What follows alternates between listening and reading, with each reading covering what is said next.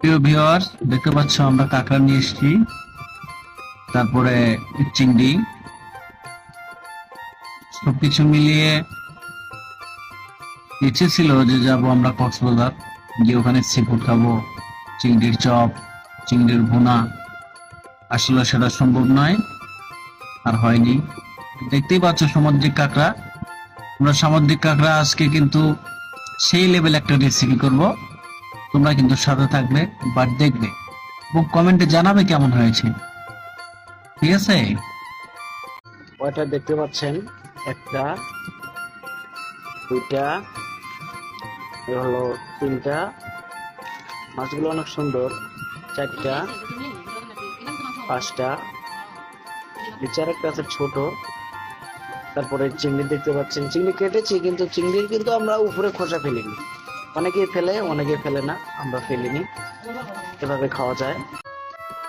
কাটা হচ্ছে আমার প্রিয় কাঁকড়া। কাঁকড়া ভাইকে কিন্তু কেটে ফেলছি আমরা। সর্বপ্রথম পাগুলো কেটে নেবেন,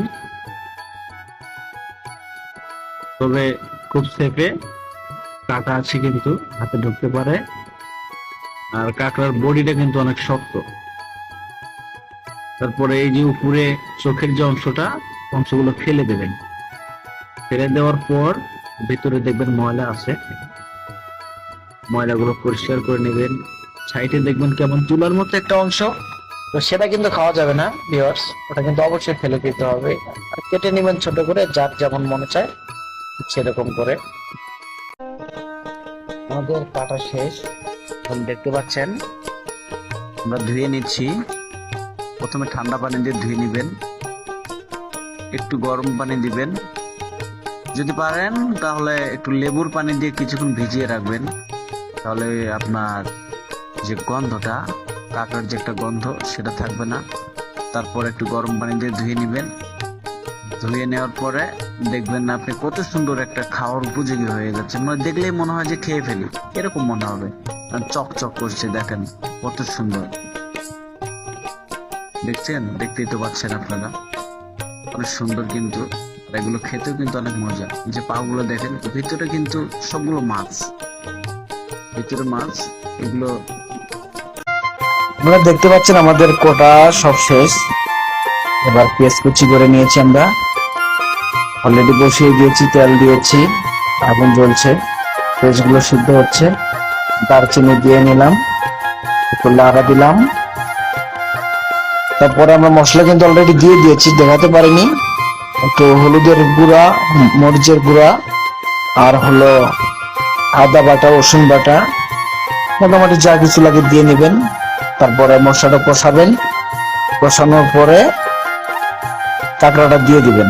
অবশ্যই ফলো করবেন, মশলাটা কষানোর সময় মশলাটা যেন পুড়ে না যায়, একটু হালকা তাপ দিয়ে মশলাটা কষিয়ে নেবেন সুন্দর করে।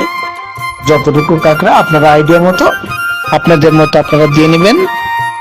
কাঁকড়াটা দিয়ে সুন্দর করে লাড়া দিবেন, কিছুক্ষণ জাল দিবেন।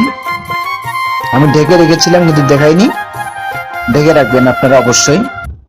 তারপরে কষানো হয়ে গেলে হালকা একটু পানি দিবেন, দিয়ে আবার একটু কষিয়ে নেবেন। কষানো শেষ হলে আপনারা একটু পানির পরিমাণটা বেশি করে দিবেন, যেমন বুড়িগঙ্গার নদী এরকম ভাবে দিয়ে রাখবেন। তাহলে নদীর চোতে ভাসতে ভাসতে একবার দেখবেন সেদ্ধ হয়ে যাবে।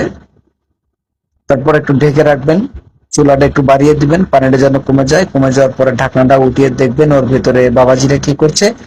ওদেরকে আবার একটু লাড়াচাড়া দিয়ে শিক্ষা দিয়ে নেবেন। শিক্ষা দেওয়ার পরে দেখবেন সব সোজা হয়ে গেছে, নরম হয়ে গেছে। নরম হয়ে যাওয়ার পরে মাশাআল্লাহ, দেখতে তো পাচ্ছেন আমরা ঢেকে রেখেছিলাম। এবার কিন্তু পানি আর নেই। আবার একটু মনে করেন যে একটু লাঠি গুঁড়া দিয়ে লাড়াচাড়া দিয়ে নেবেন, একটু বালুর গুঁড়া দিবেন, দেখবেন কি সুন্দর স্বাদ।